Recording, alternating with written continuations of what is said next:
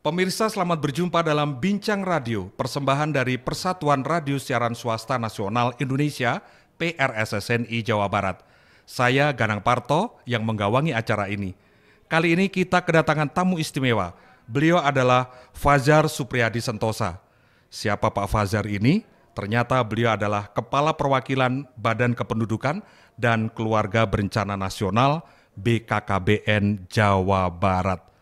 Assalamualaikum, apa kabar Pak Fajar? Alhamdulillah sehat walafiat. Kepada saya sapa kepada seluruh pendengar radio yang ada di Jawa Barat. Sehat senantiasa Pak? Alhamdulillah sehat selalu. Saya mengingat betul Bapak belum lama masuk ke Jawa Barat. Dan katanya ada ikatan hubungan yang luar biasa dengan Jawa Barat. Bisa diceritakan ini Pak Fajar? Ya, saya memang 57 tahun yang lalu dilahirkan di Ujung Berung. Ujung Berung? Iya. Waduh, orang Bandung dong. Jadi cuma umur 4 tahun saya pindah ke Bangka Belitung, khususnya Pangkal Pinang. Ya. Karena orang tua saya kan guru, dari dulu beliau disekolahkan lagi di dulu kan IKIP Bandung ya. Ya, sekarang jadi sekarang UPI. jadi UPI. Ya. Nah, jadi setelah selesai balik lagi bapaknya. Jadi saya dibawa lagi ke Bangka. Nah, sebenarnya bapak saya juga orang Tasik ya. Tapi lepatnya namanya Engkus Saprudin. Nah, udah tahu kan itu orang Jawa Barat kalau namanya Engkus. Tapi terdampar di Bangka Belitung. Ya karena zaman dulu kan kalau sekolah ini, apalagi sekolah guru kan pasti tenaganya kurang, nggak seperti sekarang. Kalau sekarang gurunya banyak, tempatnya juga susah. Kalau dulu kan pekerjaan yang mencari ibaratnya kan, jadilah ditempatkan di Pangkal Pinang, Bangka Belitung. Nah itu jadi orang tua dari sana, dari Tasik. Ya. Luar biasa. Rasanya gimana Pak? Setelah bertugas di Bangka Belitung sekian lama, hidup di sana, tahu-tahu setengah abad lebih harus pindah ke Jawa Barat. Ya, tapi karena ada ikatan batin ya. Jadi karena ada ikatan batin, kita itu kan karena orang tua itu dari Jawa Barat itu pasti terasa. Jadi kalau kita acara-acara saja misalnya ada kegiatan-kegiatan di Jawa Barat itu, kita juga terasa bahwa kita pulang ke tanah air kita sebenarnya. Sampai menyebut tanah air segala ini. Karena terasa kan, masih kecil-kecilnya di sawah-sawah, di pinggir, kemudian di pegunungan. Kan rumahnya ke Bukinan agak bukit juga kan, di Ujung Berung itu agak naik kan, ke atas itu. Nah itulah, jadi kita terasa sebenarnya. Tetapi Bapak masih bisa kene nyarios Sunda teh. Tah ya tah. Punten. Abdi ge teu bisa halus ya teh. Iya, udah hilang kayaknya nih. Tapi kalau dengar masih agak ngerti. Jadi memahami orang menggunakan percakapan bahasa Sunda, masih. tapi kembali Bapak untuk ikut terlibat tidak bisa. Ya, berusaha nanti biar berusaha dengan berat. Sedikit-sedikit. Nah, Pak Fajar, terakhir Bapak berkarir di BKKBN ini di Bangka Belitung, kiprahnya di apa saja Pak yang sudah dilakukan di sana? Kalau di Bangka Belitung itu kan memang mulai dari awalnya sebagai penyuluh. Tahun berapa itu Pak? Tahun 93. Jadi tepatnya tanggal 1 Maret 1993 sebagai penyuluh, tenaga penyuluh KB. Keliling? Ya keliling, tapi ada wilayahnya. Walaupun keliling ada wilayahnya. Nah itu tenaga penyuluh itu selama 6 tahun. Nah, kemudian ditarik ke kota sebagai tenaga kepegawaian. Setelah terbentuk Provinsi Bangka Belitung, ditarik ke Provinsi Bangka Belitung. Nah, karirnya mulai dari ada ini ya namanya, kalau eselon 4-nya itu Kasubag perlengkapan perbekalan mengenai megang alkon lah ibaratnya gitu. Alkon gudang. Nah, kira-kira kepala gudang lah. Nah, itu kemudian 2 tahun, kemudian 3 tahun di perencanaan. Sudah di perencanaan, jadi sekretaris. Nah, sekretarisnya itu lama. sampai 9 tahun sekretarisnya. Kemudian dari itu kepala bidang di keluarga sejahtera, pembangunan keluarganya, pemberdayaan keluarga. Ya. Kemudian di adpin, advokasi penggerakan.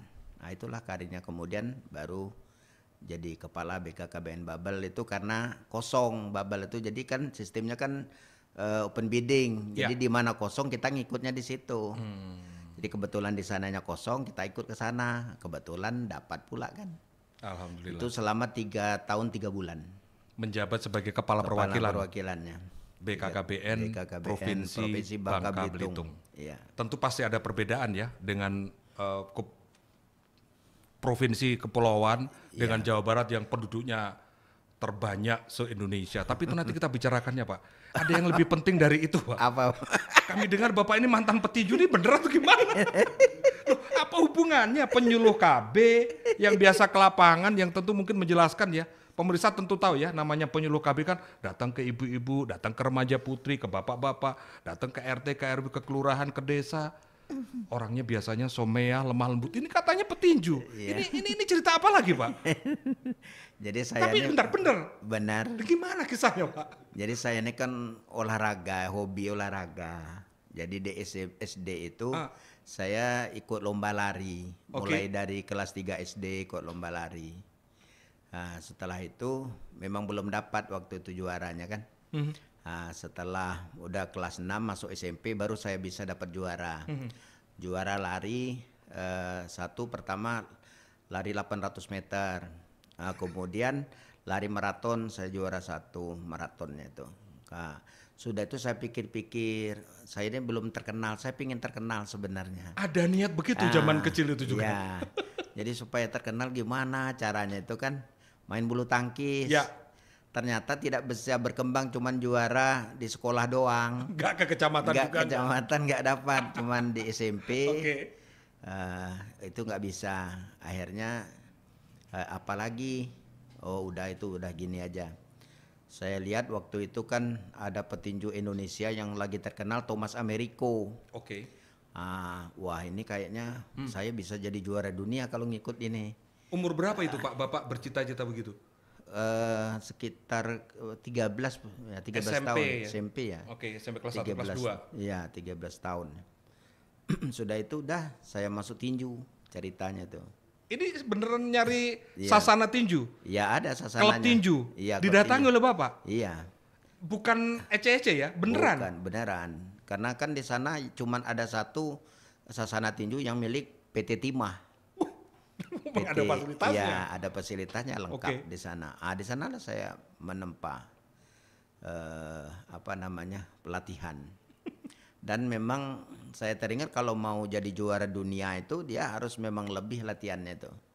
Maka setiap hari saya harus berlari mengelilingi lapangan bola yang kurang lebih yang di luar itu 600 meter ininya. Jadi saya harus minimal 40 keliling, jadi 30 kilo setiap pagi. Kemudian saya harus push up itu harus 200 kali setiap kali push up, tidak berhenti itu. Sebentar, ini masih dalam rangka pelajar Bapak? Belajar. Bukan, maksudnya kan waktu itu masih sekolah itu? Masih sekolah. Jadi kan saya bangun dari dulu saya memang bangunnya pagi jam 4. Oke, subuhan. Subuh, setelah subuh saya langsung lari. Nanti setelah lari kan saya baru ke sekolah. Sekolah kan. Nah, sudah sekolah pulang nanti latihan lagi. Malam baru latihan tinjunya. Tapi zaman dulu kan latihan tinjunya cuma 3 kali seminggunya. Tidak tiap hari. Makanya kalau mau jadi juara dunia mestinya tiap hari harusnya kan. Makanya tidak dapat juara dunia itu karena salah satu latihan 3 kali sehari, 3 kali seminggu. Tapi kita latihan fisiknya kita sudah cukup karena kita latihan fisiknya udah tiap hari. Nah, itulah makanya latihan. Tapi memang tahun 82 saya udah juara se-Bangka Belitung. Kelas apa itu? Sumsel, kelas layang. Kelas layang. Ya. Terakhir kelas bulu. Nah, itulah diikutkan ke juara nasional di Jakarta. Saya udah sampai tingkat juara nasional, tapi belum juara nasional. SMA waktu itu? Udah waktu juara layang masih SMP. Juara SMP sudah juara layang? Ya, sudah. Dan saya ke Jakarta juga masih SMP. Bukan SMA. Dasar masih muda. Iya. terhentinya kapan itu? Akhirnya cita-cita menjadi petinju profesional. Lah Ter- ini penting nih. Ya terhentinya kan begini, ternyata tidak seperti sekarang ya. Penghargaan terhadap olahragawan itu jauh dulu, itu hampir nggak dihargai. Kita lihat seperti teman-teman kita ya Lispikal apa juga nggak, baru sekarang kan baru diperhatikan olahragawan Ya. semuanya kan. Nah, jadi kata orang tua mau kuliah apa mau tinju? Ditantang begitu. Gitu ya. Pilihan Bapak? Wah, udah sekolah aja. Kalah juga. Jadi akhirnya berangkat ke Jogja. Kuliah. Kuliah, itu ceritanya tuh.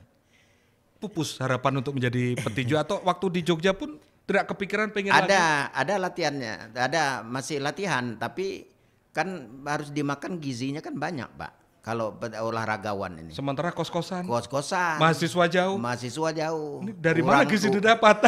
Ya, uangnya lambat kan sebulan sekali. Kirimannya. Ya, dulu pakai ini kan, Wesel pakai Pos. Wesel Pos. Kalau sekarang banking kan, Ya. banking keluar langsung. Oke, Pak Fajar, simpan ceritanya, nanti kita akan lanjutkan kembali sesaat lagi.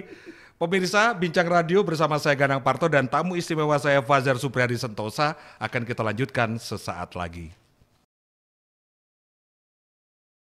Ganang Parto, Bincang Radio persembahan PRSSNI Jawa Barat dilanjutkan sekarang masih bersama tamu istimewa kita Fajar Supriyadi Sentosa. Beliau adalah Kepala Perwakilan Badan Kependudukan dan Keluarga Berencana Nasional BKKBN Jawa Barat. Mantan petinju. Bagian kedua ini saya masih pengen mengorek, Pak. Bapak dari Bangka Belitung ke Yogyakarta tahun berapa itu, Pak? Ke Yogyakarta tahun 86 ya. Di mana Bapak studi kuliahnya? Di UI. Oh, Universitas Islam Indonesia. Ya. Bapak mengambil Hukum. hukum. Ya. Aneh lagi nih. Ya. Ini urusannya apa, petinju, hukum, penyuluh KB? Oh, coba Pak, kok bisa begini? Jadi begini, saya sebenarnya tidak tertarik juga dengan hukum. Lah, Jadi pada awalnya. lah terus tertarik Jogja apanya gudegnya, Pak? Saya ini mau masuk sebenarnya jadi ini di yang olahraga ya. FPOK. FPOK ya. Itu sebenarnya tapi tidak lulus. Tidak Oke. lulus. Saya ikut tes tidak lulus. Tapi kan fisik Bapak cukup Cukup, tapi petinju. kan karena kita nggak tahu ya, karena mungkin belum terbiasa aja belajarnya mungkin. Oke. Ya, jadi kemampuan itu belum sampai ke sana. Kemudian saya kan punya paman saya itu kan psikologi. Oke. Psikologi. Jadi dia lihat. Oh, ini katanya nggak pas katanya memang. Jadi olahragawan itu nggak pas. Nggak pas katanya memang. Jadi udah katanya masuk hukum saja. Jadi gimana kalau masuk hukum? Oh ya kayaknya bagus juga sayanya. Wah udah gitu ceritanya tuh. Jadi arahan dari paman sebenarnya. Masuk hukum. Ya masuk hukum. Bentar, Pak. itu. Di UII masuk hukum. Iya. Tadi Bapak sebenarnya nggak suka juga. Sebenarnya nggak suka. Ya, awal-awal itu terus rasanya gimana kuliah sesuatu hal yang dipilih bukan kesukaan begitu? Enggak, dia itu kan sebenarnya awalnya aja nggak suka. Oke. Karena memang kan ibaratnya kan kalau orang lihat apalagi psikolog yang lihatnya kan dia lihat karakternya juga. Karakter saya begini, oh ini memang orang yang seperti ini tepatnya di sini. Nah, ternyata itu setelah masuk 1 semester aja udah oh ya pas memang. Bapak Saya merasa klik? Ya pas ya, Nyaman? nyaman. Nah itu ceritanya. Teman-temannya, Ya, lingkungan, nyaman. Materi-materinya itu kuliahnya membuat, ya cocok, membuat gairah kan. Oh. Nah itu. ngekos di mana Pak dulu? Ingat? Masih yang pertama kali di Samirono. Ya itu banyak sate kan di depan. Tapi dulu belinya belum bisa. Itu Duitnya kiriman. Duitnya kiriman. Jadi dibayarin doang. Kalau makan sate. Terus dari Samirono pindah kemana lagi? Pindah ke Taman Siswa karena Fakultas Hukumnya kan di Taman Dekat Siswa. sana ya betul, di Tamsis situ. ya. Jadi biayanya kan sedikit, tinggal jalan doang sedikit ya. Nah itulah, itu lamanya di sana di Taman Siswa. Apa pelajaran berharga yang bisa Bapak dapatkan? Keturunan Tatar Pasundan, merantau ke Bangka Belitung di Sumatera, kepulauan yang jauh dari keramaian, Iya, tahu-tahu kembali lagi ke Pulau Jawa, tetapi tidak ke kampung halaman, justru di tempat orang lain, Iya. yang tentu berbeda semuanya Pak. Iya. Apa pelajaran berharga yang Bapak dapatkan di tempat di Fakultas Hukum yang awalnya nggak disukai tadi? Sebenarnya kan kalau kita ini kan di mana saja kita bisa hidup sebenarnya. Yang paling penting kita tenang sebenarnya, itu yang paling penting itu. Kan kita bisa walaupun di Bangka Belitung sepi ya ibaratnya, tapi kita merasa nyaman juga. Kemudian di Jawa Barat itu ramai, tapi kita nikmati saja. Macet-macetnya saya sampai sekarang nggak pernah ngeluh. Ya meskipun macet, Macet nggak gandeng, nggak pernah. rame apa gitu. Nggak pernah saya ngeluh.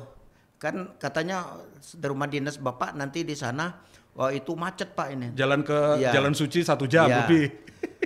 Saya tanya pertama kali saya datang ke sini, yang pertama saya tanya dari rumah dinas itu jauh nggak masjid? Itu yang pertama saya tanya. Yang kedua itu kalau saya dari rumah dinas ke kantor itu berapa jam? Jaraknya berapa? Jadi kalau misalkan 1 jam saya harus berangkat lebih awal. Jadi insya Allah saya hampir setiap hari itu 5:30 saya sudah berangkat. Walaupun sebenarnya di Bangka juga tidak macet tidak apa, saya sudah berangkat jam 6 lewat 10. Karena sudah kebiasaan. Sudah kebiasaan. Jadi mudah saya beradaptasinya itu. Kemudian itu nyangkut yang tadi Pak ya. Yang di Jogja. Makanan saya itu kan orang kadang susah makan itu. Menyesuaikannya. Di Jogja makan gudeg Pak. Manis terus. Manis. Di Bangka Belitung masin pedas. Di sini banyak makan sayur-sayuran tuh. Nah, semuanya saya masuk semuanya. Jadi nggak ada masalah. Makanya sampai sekarang kalau saya ke Jogja, gudeg duluan saya cari. Nah, waktu kesini juga dulu saya cari yang pertama ini yang banyak sambel-sambel apa itu lalapan. Jadi nggak ada masalah sebenarnya. Jadi semuanya kita nikmati. Kuncinya adalah menikmati dimanapun kita berada. Gitu. Selepas dari Jogja, tahun berapa Bapak akhirnya kembali ke Babel atau bagaimana setelah itu? Ke Babel. Nah terus gimana kisahnya kok akhirnya daftar menjadi orang BKKBN lah kasarnya begitu. Iya. Jadi lucu juga ini. Lucu gimana Pak? Saya kan sebenarnya sudah tamat itu saya ingat tanggal 25 September ya. Tahun 1991. Oke. Jadi bagaimana kata orang tua, saya akan ngelamar di Pekanbaru karena ada dosen di sana, penerimaan dosen di Universitas Islam Riau. Islam Riau ya. Kebetulan kakak saya sudah di sana.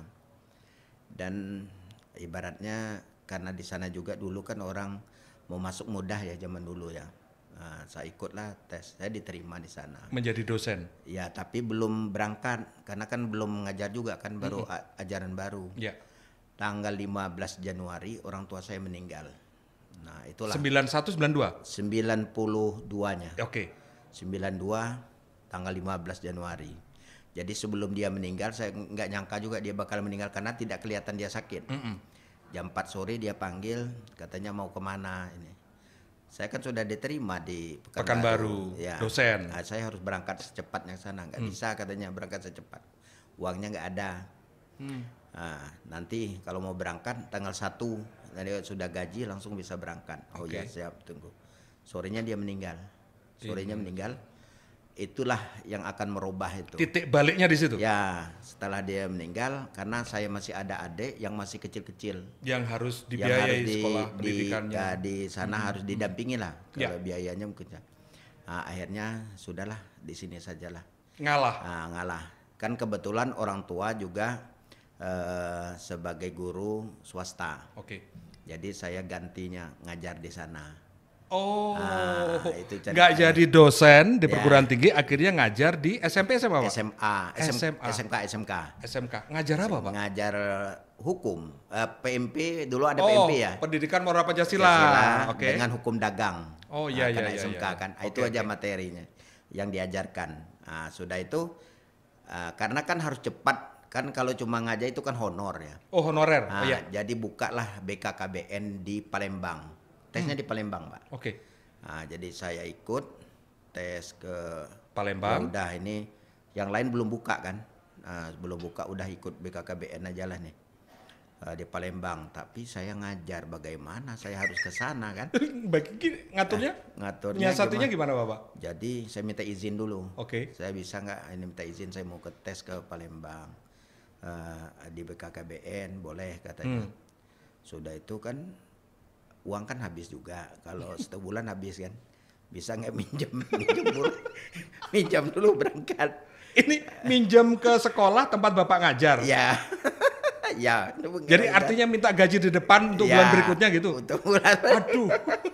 Tapi nggak habis, cuma setengah. Terus? Ya, sudah itu ikut tes di sana 3 tahap. Jadi sebenarnya ini karena apa ya? Karena memang rahmat Allah Subhanahu Wa Taala yang tidak bisa. Memang kalau Allah itu sudah berkehendak, begitulah. Dari 4.300 yang diterimanya 79 cuma. 4.300 pelamar yang ikut tes. Iya. Yang diterima? 79. Satu diantaranya adalah Pak Fazar. Ya, saya nomor yang ke-79. Yang terakhir. Yang terakhir. Jadi waktu pertama dipotong. Jadi dari 4.000 tinggal 400. Oke. Diambil 400. Sudah itu wawancara tinggal 200. Untuk yang diwawancara itu 200 lagi. Nah, dari 200 itulah keluar ke 79-nya itu. Jadi waktu pertama kan juga susah karena namanya di tengah. Jadi banyak lembarannya dilihat, masih ada, alhamdulillah. Yang terakhir itu yang hampir deg-deg. Karena berapa baris kan itu? Oke. Berapa lembar? Berapa lembar? 3 apa 4 lembar. Kok belum ada? Ini belum ada. Yang terakhir itu ternyata di bawah sekali namanya itu. Padahal namanya F. Biasanya F itu di atas atau di tengah, Pak ya? Di tengah kayaknya. Tapi dia tidak berdasarkan abjading. Ya, enggak. Jadi nilai atau apalah nggak tahu. Tapi alhamdulillah langsung saya nangis. Saya nangis langsung. Nangis terharu ya. Karena gimana lah yang keluarga banyak kan ibaratnya. Ya. Sebagai apalah. Membantu orang tua. Karena ada amanat juga dari orang tua waktu dia mau meninggal, jangan terlalu cepat menikah. Ke Bapak mengultimatum begitu? Ya. Nasihatnya utama itu saya pegang Pak selama 5 tahun. Kerja dulu, jangan keburu menikah? Iya, saya pegang. Maka saya agak lambat menikahnya, umur 33 tahun. Oh, enggak lah Pak. Iya, tapi zaman dulu bukan zaman sekarang. Nah, kalau zaman sekarang ya mungkin, tapi zaman dulu nggak bisa, itu udah telat Pak. Orang zaman dulu menikahnya kan rata-rata 21, 22, 23, 25. 25 betul. Paling 25 kan. Nah, kita jangka lama. Karena mengapa? Karena harus membantu adik-adik yang kuliah juga kan masih. Ada yang di Jawa Barat 2 orang, di Jogja ada 3 orang. Semuanya Bapak ikut mensupport itu? Ya, uang gaji saya nggak pernah ngambil selama 5 tahun. Hah? Uang sebagai kerja di BKKBN. Bener Pak. 5 tahun pertama? Semuanya habis, nggak ada saya ambil. Terus untuk Bapak sehari-hari? Karena saya kan ngajar masih, karena dulu pulangnya kan jam 2. Oke. Dari jam 2 sampai jam 6 itulah saya ngajar. Luar biasa. Nah, jadi itu selama 5 tahun itulah saya makan dari situ. Saya sudah nggak bisa kata-kata Pak saya untuk melukiskan sebetapa luar biasanya dinamika yang begitu tinggi dan ini pengalaman yang dahsyat. Pemirsa, utamanya bagi Anda pegawai ASN atau siapapun yang bekerja di lingkungan BKKBN, 1001 cerita, 1001 kisah tentu berbeda-beda. Tapi Pak Fazar ini memang sangat luar biasa. Kita lanjutkan sesaat lagi.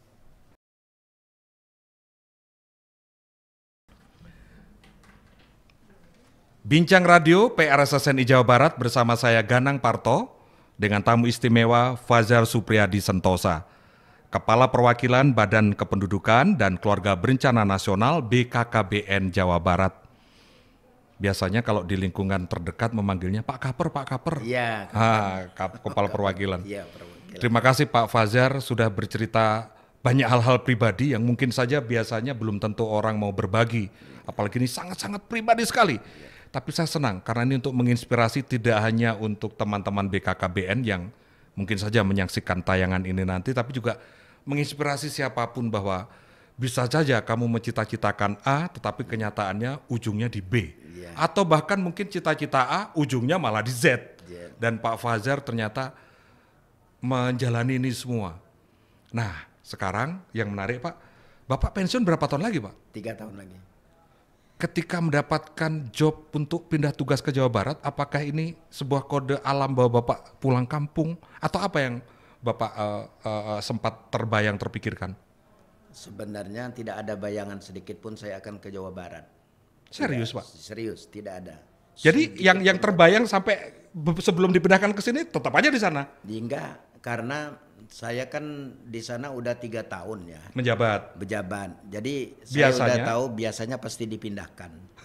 Dan di sana itu kan termasuk ibaratnya provinsi yang kecil ya, dengan penduduk 1,5 juta. Ya, setengahnya Bandung juga nggak ada. Nggak ada, satu kabupaten Bandung aja nggak ada. Jadi sangat rendah. Memang akses saja yang susah ya, karena dia pulau kan. Kepulauan. Tapi dari segi jumlah penduduk dia sedikit. Tapi artinya nggak mungkin saya akan ditempatkan di Jawa Barat, nggak mungkin. Dalam hati saya nggak mungkin.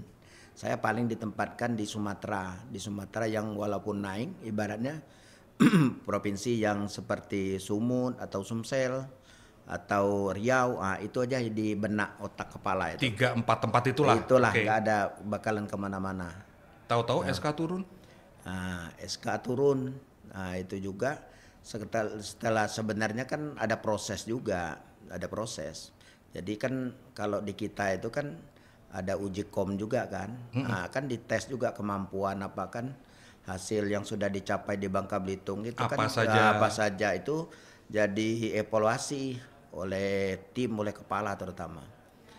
Jadi kita dipanggil oleh Pak Kepala, itu langsung disebutkan tempatnya.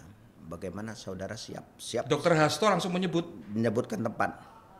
Pak Fajar, Anda ke Jawa Barat? Siap begitu, langsung dia. Itu di kantor beliau di Jakarta? Jakarta, dipanggil orang satu-satu dipanggil. Di ruangan? Di ruangan. Terus reaksi Bapak gimana? Saya langsung siap, saya jalan. Tapi siap waktu itu, setelah saya keluar saya bingung. Karena yang diurusnya 50 juta, kemudian jumlah kabupaten 27. Itu 27, sedangkan di sana cuma 7. Penduduknya 1,5 juta. 1,5 juta. Dan di sana masih bisa kegiatan-kegiatan itu kita manage ya. Di sini ternyata setelah saya sampai di sini luar biasa, hari Minggu juga masih kerja. bahkan sekarang pun saya sampaikan ke Humas dan pimpinan ke Pak Zaki, tolong kalau bisa mampir ke sini untuk wawancara, dipaksa padahal sudah siang ke sore. Sementara agenda yang lain masih nunggu. Tapi nikmati saja. Itu betul Pak. Keluar dari ruangan Dr. Hasto? Iya. Siap. Keluar? Iya. Belum keluar dari gedung BKKBN? Belum. Masih keluar dari ruangan beliau? Belum. Oke. Tapi apa yang ditanyakan ini ya? Apa yang memudahkan saudara nanti untuk melaksanakan kegiatan itu? Oke. Saya jawab, taruhlah saya berprestasi, kata saya. Tapi yang memudahkan harus ada hubungan. Saya dilahirkan di Jawa Barat, di Ujung Berung. Oh, gitu ya katanya. Saya nggak tahu. Ohnya itu apa memang sudah tahu apa tidak? Saya nggak tahu. Ya, kemudian orang tua saya di Tasikmalaya. Kemudian keluarga istri saya juga punya di sini berkeluarga, menikah dengan orang Bandung. Itulah yang akan memudahkan saya berkomunikasi dengan sana. Insyaallah saya berusaha untuk apa yang Bapak sampaikan akan saya amanat Bapak akan saya pegang. Dengan bijak Pak Hasto mengokekan, mengiyakan. Iya. Ada nasihat beliau khusus atau bisik-bisik khusus terkait Bapak ditugaskan di Jawa Barat tadi? Ya, ada tapi enggak secara spesifik. Enggak spesifik. Ya, cuman disampaikan wilayahnya besar, tantangannya besar, harus punya fisik juga kuat. Petinju dilawan. Ya, karena wilayahnya jauh-jauh kan. Lah iya. Jadi pertama disuruh berjalan itu sampai ke ujung genteng. Oh, Sukabumi. Ya, jadi lewat sana 8 jam, balik lagi ke Tasik, itu perlu 4 kabupaten lewat itu. 16 jam itu. Tapi sebenarnya kalau dia lurus nggak bermasalah sih sebenarnya. Tapi yang jadi tantangan itu jalannya berkelok-kelok yang naik. Nah, itu yang membuat Jabar Selatan kan. Iya. Jadi pendamping saya dua-duanya KO. Saya juga hampir KO.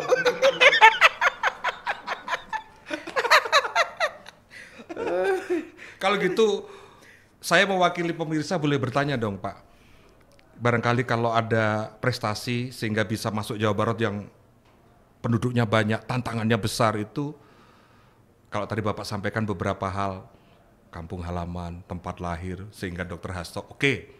Tapi boleh dong saya bertanya mewakili pemirsa saya, Nah kalau gitu prestasi Bapak selama ini apa yang sangat menonjol atau setidaknya apa yang pernah Bapak lakukan untuk Bangka Belitung terkait dengan pembangunan kependudukan ini, Pak?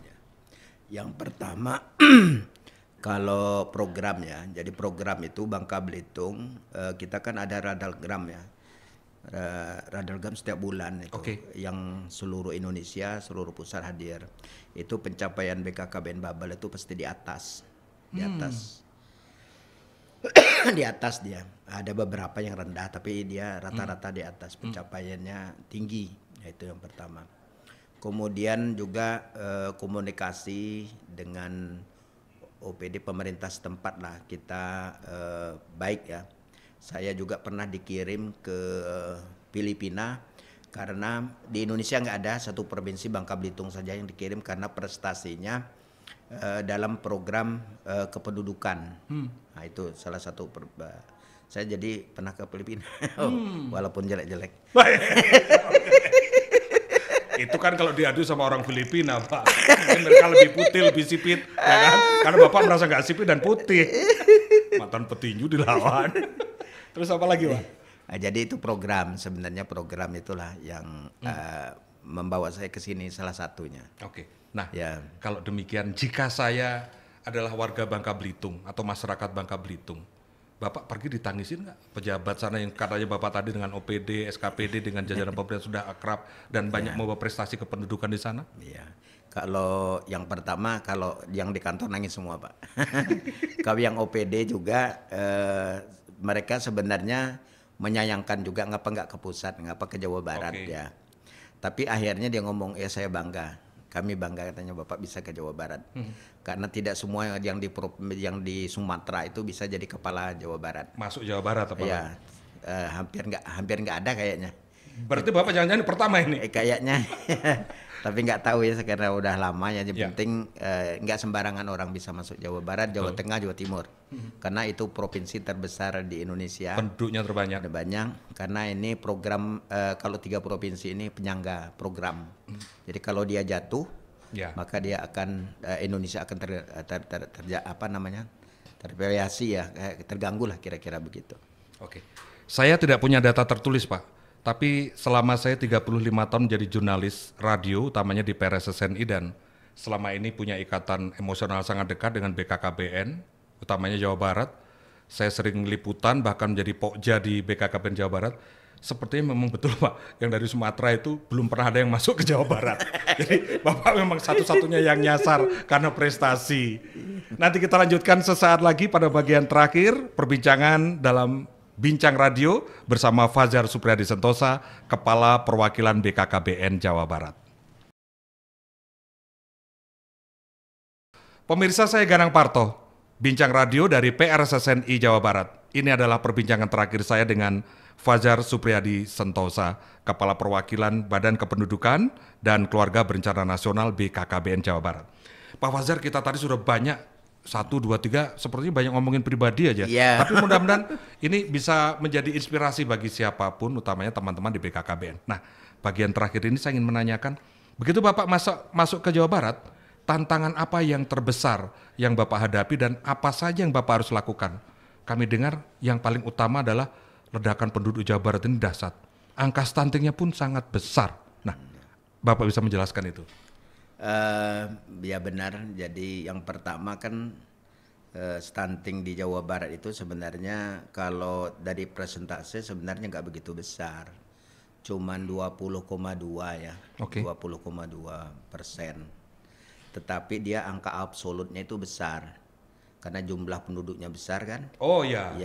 Jadi kalau 20% di Bangka Belitung itu cuma berapa orang? Nah, kalau di sini kalau 50 juta. Ya, 50 juta 20%. Nah, itu tinggi sekali. Nah, angka absolutnya kan. Nah, jadi memang kita harus konsolidasi. Jadi saya harus konsolidasi dulu lihat permasalahan. Saya pertama kali datang apa permasalahannya dulu. Ya, dia cuma bukan hanya stunting sebenarnya, dia program Bangga Kencana juga. Bangga Kencana. Apa yang dicapai Jawa Barat itu yang rendahnya itu apa sih? Apa rendahnya? Nah, setelah itu baru kita lihat ini penyebabnya, makanya kita konsolidasi.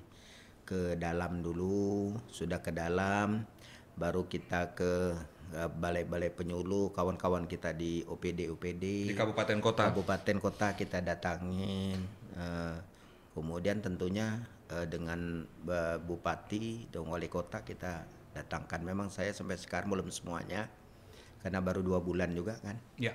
Tapi sudah banyak ketemu. Itulah yang akan membantu nantinya dalam penurunan stunting. Yang sudah bagus stuntingnya di kabupaten, kita sampaikan ke kabupaten yang lain yang programnya belum bagus. Jadi saling timbal, saling mengisi. Itulah sebenarnya begitu saja. Dan saya kalau dengan kan kita ini kan banyak tenaga, itu yang membuat saya sebenarnya tadi itu saya langsung shock itu diterima itu karena mengapa? Karena jumlah tenaga penyuluh kita di Bangka Belitung itu cuma 153. Oke. Di sini 3.000 lebih. Yang ASN-nya itu 1.121. Nah, sedangkan yang termasuk P3K yang ini dan honor dari Pemda itu 2.000 lebih ya. Jadi memang 3.000 lebih itu bukan hal yang mudah. Mengelola kurang lebih 5.957 kelurahan dan desa.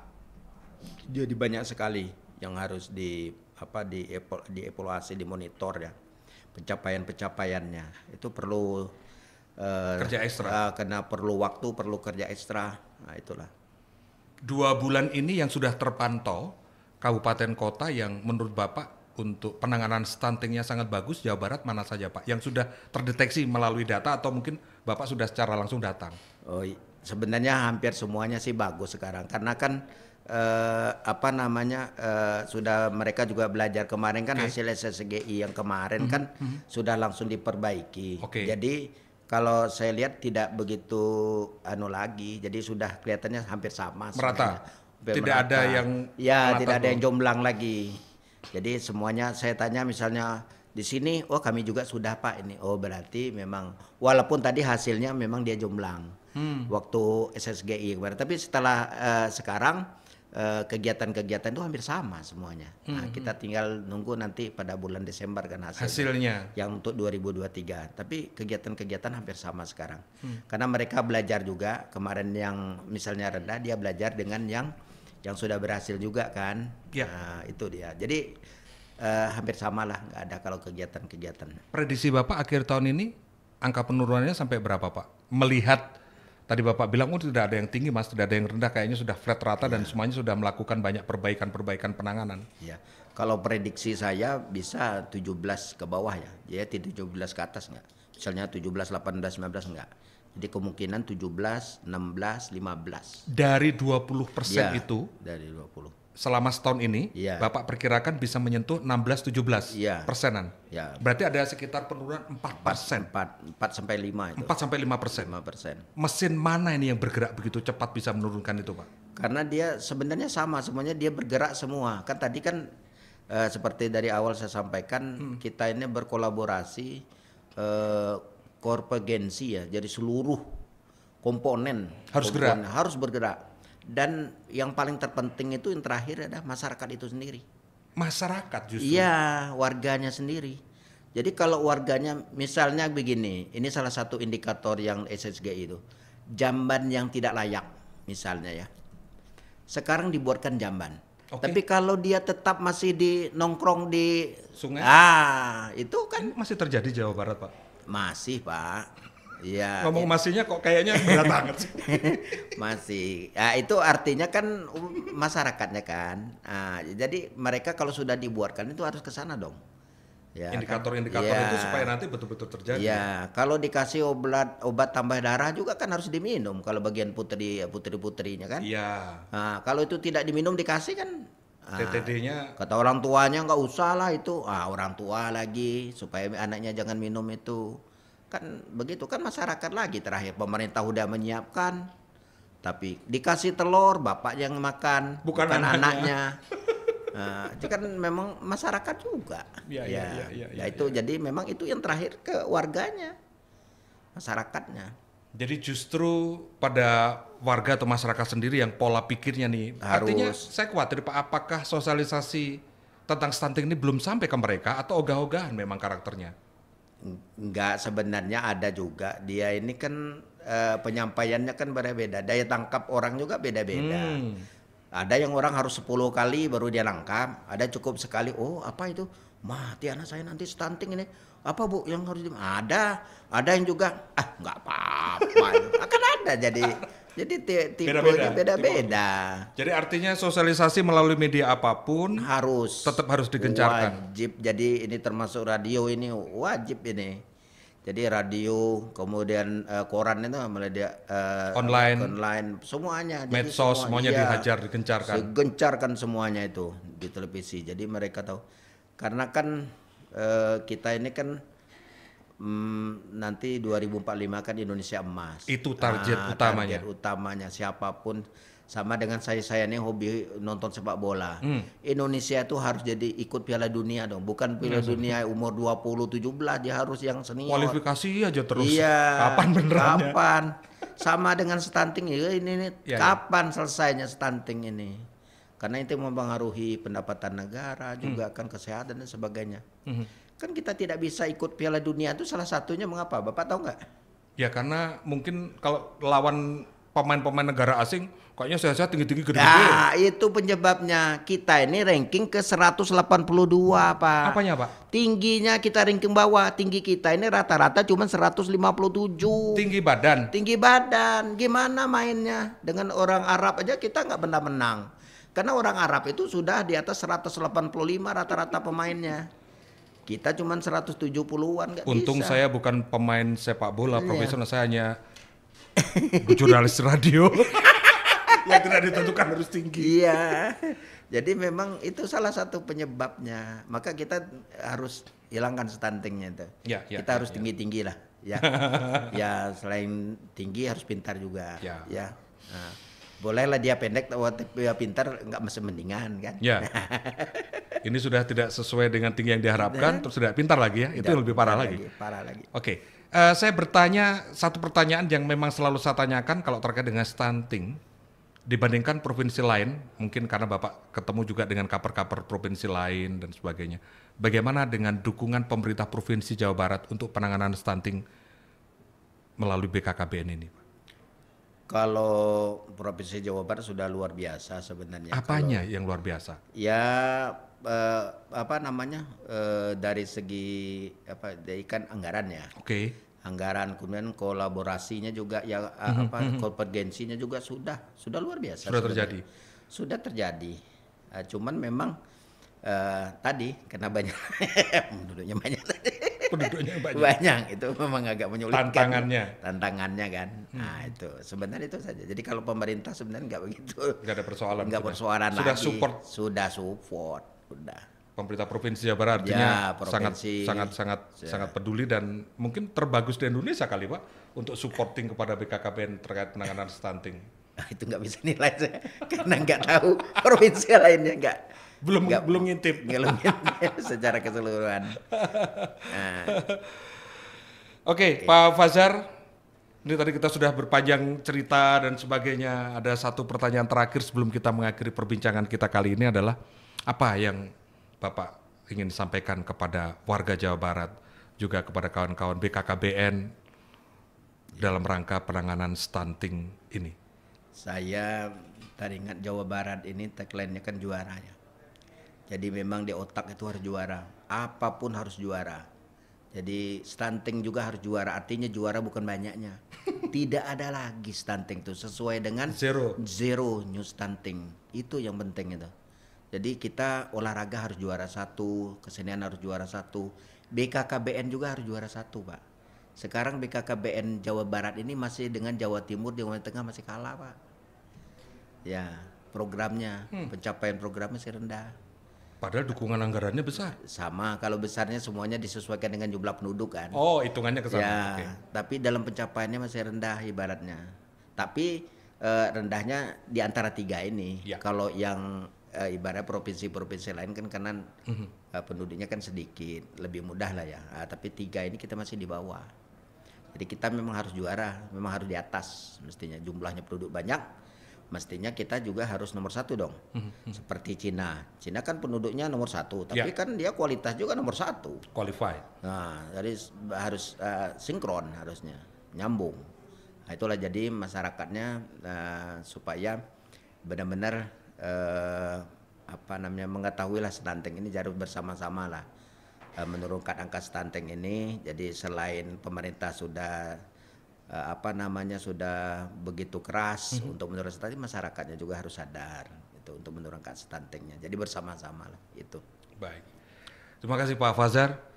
Satu yang paling terakhir, pertama ketemu tadi saya sampaikan, Bapak langsung bilang, Mas, Fajar dan Fazar itu berbeda. Nah, Bapak jelaskan dikit aja. Fajar apa menurut Bapak dan Fazar? Karena nama beliau ini adalah Fazar. F-A-Z-A-R, bukan F-A-J-A-R. Jadi kalau Fajar itu garang. Fazar itu garang. Garang. Sudah itu kalau Fajar itu pagi. Jadi sebenarnya dua-dua itu masuk. Saya bangunnya pagi terus juga pagi Fajar. Coba garang juga saya garang. Cuman sekarang aja nggak garang lagi. Karena sudah nggak jadi petinju lagi.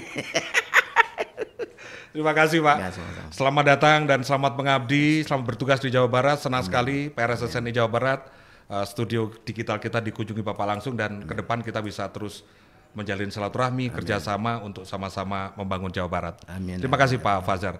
Pemirsa, demikian perbincangan saya Ganang Parto dengan Fazar Supriyadi Sentosa, Kepala Perwakilan Badan Kependudukan dan Keluarga Berencana Nasional BKKBN Jawa Barat. Salam PRSSNI.